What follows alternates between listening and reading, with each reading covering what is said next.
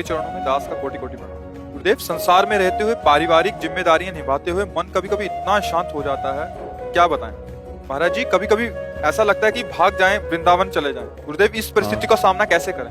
हाँ, लगता है ऐसा, क्योंकि बात कह देना सरल है, उसका निर्वाह करना बहुत कठिन है। परिवार की बहुत तरह की आवश्यकताएं होती, बहुत मांगे होती हैं, बहुत तरह की व्यवधान व्यवस्था। अगर उसमें भजन कर ले गए तब तो भगवत प्राप्ति बहुत सहज है। अच्छा, वृंदावन भाग के आओगे तो समस्या रहित है क्या? यहाँ भी समस्या है। आप सोचो, कहाँ भाग के जाओगे? जहां जाओगे हमें वो स्थान बताओ जहां समस्या ना हो। माया के द्वारा रचित जितने भी सब स्थान हैं, अभी आप चिदानंद वृंदावन को थोड़ी देख पाए हैं, नहीं तो समस्या नहीं कोई। अभी आप जो देख रहे हैं मायाकृत रूप है, मायाकृत रूप है, ये चिदानंद रूप नहीं। इसी में है, जैसे यही हमारा दो स्वरूप है कि ये रूप देख रहे पांच भौतिक मायाकृत, और जो दिखाई नहीं दे रहा तो चिदानंद रूप यही है, पर उसके लिए नेत्र नहीं। तो जब नेत्र आएंगे तो इस दृश्य का महत्व नहीं रह जाएगा। तो भागकर कहीं भी जाओ तो माया गुणों से भरा हुआ पूरा संसार है। तो भाई समस्या तो ये बात है, कहीं भी समस्या रहित नहीं। अगर आप वही समस्या रहित हो गए तो कहीं भी समस्या नहीं है। तो हमें लगता है वहीं डट के लड़ो और विजय प्राप्त करो। जैसे भगवान ने जिसके लिए जो कर्म विधान कर दिया है वो भोगेगा, आप उसका सहयोग करो। आपके पास अर्थ, शरीर, सेवा जो भी जितना है उतने में करो, फिर निरपेक्ष अंदर से होना सीख लो। भगवान जाने हमें जितना बल दिया, जितना सहयोग दिया है तो आगे भगवान जाने। पर इतनी हिम्मत होनी चाहिए तभी बात बनेगी। नरसिंह मेहता जी के लड़के के ब्याह की बात आई तो उनका देखो, हमारे पास तो कुछ है नहीं गिरधर के सिवा, प्रभु के सिवा, ठाकुर के सिवा। तो उनका इसीलिए हम ब्याह कर रहे हैं कि आपको ठाकुर जी बहुत प्यार करते हैं। आप ठाकुर, वो तो स्वयं पिता होकर के नहीं करते ब्याह। कौन ये सब नहीं। वाह भाई, हम तो गरीब हैं, देख रहे हो आप हमारे क्या मंजीरा और ठाकुर जी। तुम तो बहुत बड़े घर के हो, तो अपनी बेटी का कहीं बड़े घर, बोले आपसे बड़ा कोई नहीं है, जो ठाकुर जी का जन्म हुए हमारे लिए बड़ा। वो पीछे पड़ करके ब्याह तय कर, उनका हम ब्याह वगैरह में नहीं जाएंगे। हम अपने ठाकुर जी की सेवा नहीं छोड़ सकते। तो ठाकुर जी प्रकट होके कहा करेंगे हम सब, केवल तुम साफा बांध के समधी बन करके छाती छाती में, ये भी नहीं होगा हमसे। सारा का सारा ब्याह ठाकुर जी। जब हम भार अपने ऊपर ले लेते हैं ना तो ठाकुर जी निश्चिंत हो जाते हैं। अगर ठाकुर जी के ऊपर भार दे दो तो वो सब देख लेंगे। ज्यादा चिंता भी मत करो, तुम्हारे चिंता करने से कुछ होगा नहीं, चिंतन करने से होगा। राधा नाम के धनी बनो, खूब नाम जप करो। जो प्रभु कर रहे हैं उसे देखते रहो, जो करवा रहे हैं उसे देखते रहो। ये माया प्रपंच है, इसको इसी तरह से जीत सकते हो। दशरथ जी तड़प के प्राण त्याग रहे, सुबह राज्याभिषेक था राम जी का और 14 वर्ष का वनवास। उनकी कामना ये थोड़ी थी कि राम जी वनवास जाए। राम जैसा पुत्र राजगद्दी पर बैठे और ये जब मैं देखूं तुम कृतकृत हो जाऊंगा। प्रसन्न थे, पूरी अयोध्या में धूम मची हुई थी, कल राम राजा बने। और कल की जो सुबह आई वो ऐसी घोर प्रातःकालीन बेला हुई कि सांप के प्राण निकल रहे थे कि भगवान श्री राम 14 वर्ष के लिए विशेष उदासी भेष में, जो आज पालकी पे 4 कदम चलते हैं, राजकुमार हैं दशरथ जी, चक्रवर्ती सम्राट, वो नंगे पैर बनवास।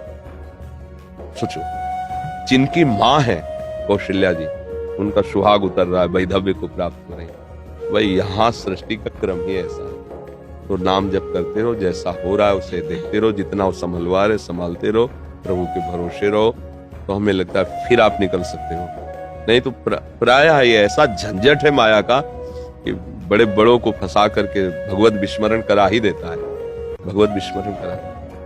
इसीलिए गोपीजनों की महिमा है, सब परिवार में रहते हुए भी एक क्षण के लिए भी श्री कृष्ण चिंतन नहीं छोड़ा। वो ऐसी सेवा करती थी जैसे एक सदगृहिणी करती है। तभी परमहंस सुखदेव जी, उद्धव आदि ज्ञानी उनकी चरण धूल माते। गृहस्थी में रहकर परिवार की सेवा करते हुए श्री कृष्ण प्रेम में मतवाला हो जाना, ये बड़ी दुर्लभ बात है। भागने की जरूरत नहीं, जहां हो वहीं हर समय नाम जपना और ये विचार रखना कि होगा वही जो प्रभु जी चाहते हैं। आप प्रयास कर रहे हो, ठीक है। अगर भूखा रखना चाहते हैं तो आप राजी रहो, जो जो प्यारो कर रसोई। आज प्रभु भूखे रखे, बड़ा मंगल है।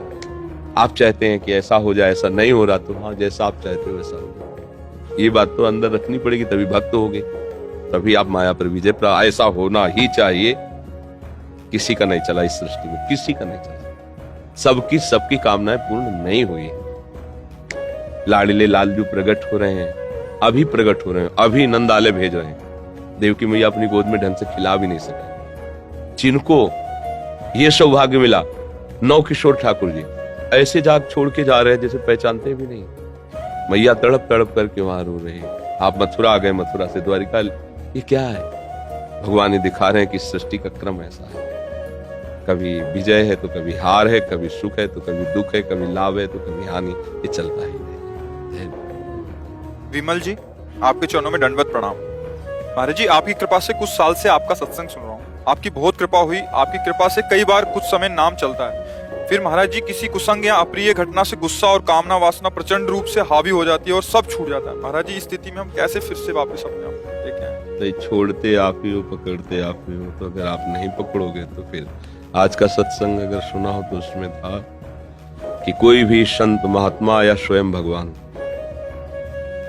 आपको स्वीकृति करनी होगी, अपना कल्याण आपको करना होगा। भगवान सामने अर्जुन से कह रहे हैं अपना उद्धार आपको करना होगा। हम उपाय बता देते हैं, हम तुम्हें वो सामर्थ्य देंगे, वो तुम्हें विचार देंगे, पर चलना आपको होगा। ऐसे ही जैसे श्राप है किसी को जाओ, तो प्राकृतिक शरीर का ही दंड है, वरदान है तो प्रकृति का है, लेकिन ये चिदानंद भाव में भगवत प्राप्ति, भगवत भजन, ये आपको स्वीकार करना होगा। अगर आप नहीं करोगे तो ये कोई भूल जाए कि कोई महात्मा आशीर्वाद दे देगा। ये हम तुमको अंदर की बात बता रहे हैं, हृदय की। किसी के आशीर्वाद से किसी का भजन नहीं होता, किसी के आशीर्वाद से किसी को भगवत प्राप्ति नहीं होती। हाँ, यही आशीर्वाद है, जब आप सत्संग सुनते हो, उन पर श्रद्धा करते हो, उनकी बात मानते हो, तो फिर आप में वो योग्यता है, आप चल पड़ोगे। आप न स्वीकार करो तो कोई आपका कल्याण नहीं कर सकता। भगवान भी अवतरित हुए, बड़े बड़े महापुरुष हुए, जीव तो अविनाशी है, उस समय भी हम रहे होंगे पर हमारा कल्याण नहीं हुआ। अगर आप अब भी नहीं चाहोगे तो अब भी कल्याण नहीं होगा। किस पर गुस्सा करोगे? किस बात पर गुस्सा? अपने मन पर गुस्सा करो, जो भोगों में फंसा रहा है, जो शरीर को निर्बल कर रहा है, उस गुस्सा को तुम काहे आदर दे रहे हो? क्रोध को आदर दोगे, विषयों के भोगों की आदर प्रवृत्ति करोगे, तो फिर भजन कैसे होगा? भजन तो नाम का आदर करो तब होगा। तो यहां से जाना है, किस पर गुस्सा करोगे? जो ले जाने के लिए तैयार बैठा उसे तुम्हें दिखाई नहीं दे रहा, काल सिर पर मंडरा रहा है, किसी भी समय प्रहार कर देगा, कोई भी रूप रख सकता है। ऐसे जरा सा भूकंप आता है, हजारों लोग मर जाते हैं, सुनामी आती है, लाखों लोगों के सब मकान सहित, बाल बच्चे सहित, धन संपत्ति सब नाश हो जाता है। कितने दिन का जीवन? 4 दिन का छोटा सा जीवन। राधा राधा राधा, मरना तो है ही, जब मरेंगे तो हमारे पास धन है, राधा नाम। अब मंगल होगा, जहां भी ले जाया जाएगा हमारा हिसाब किताब पक्का है, इसलिए हमें सम्मान मिलेगा, हमें आनंद मिलेगा, प्यार मिलेगा, दुलार मिलेगा। गुस्सा करके अपना भजन छोड़ करके अपना ही पतन करते हो, किसी और का नहीं। तो आपको पकड़ना होगा भजन। गुस्सा रही तो भी जो नाम मिला है, राधा राधा राधा। गुस्सा में और चिल्ला बोलो राधा राधा राधा राधा, क्या करें भाई? गुस्सा में चिल्लाने का बोल होता है, और चिल्लाओ, गाली मत बोलो, किसी को डांटो, राधा राधा राधा, तो लोग एक एक पागल हो गए, बढ़िया काम बन जाएगा। संसार से पागल ही घोषित हो जाओ, तो भगवान की तरफ तुम मंगल में चल पड़ोगे। अब गाली गुप्ता करके, गुस्सा करके तो फिर भक्त तो नहीं बन सकता। उपद्रव भले कर सकते हो, गुस्सा का लक्षण होता है गाली दिलवाता है, दूसरे के प्रति हिंसात्मक वृत्ति पैदा करता है। आपको जब गुस्सा आए तो जोर जोर से बोलो जय जय श्री राधे, जय जय श्री राधे, हवा हो जाएगा गुस्सा, गुस्सा टिक ही नहीं सकता है। तो राधा राधा जपो भाई, अच्छा सात्विक भोजन करो, अच्छा बर्ताव करो, तो भजन टिकने लगेगा। अब गंदी बातें करो, गंदा चिंतन करो, गंदी क्रियाएं करो, तो भजन कैसे टिक पाएगा? ये तो निर्मल हृदय में आए, पवित्र हृदय में जागृत होता है। तो आप बोल भी नहीं सकते, अगर और ज्यादा बिगड़ गया तो फिर आगे आप नाम जप भी नहीं सकते, मन लगेगा ही नहीं, मन ही नहीं कहेगा कि नाम जप करे।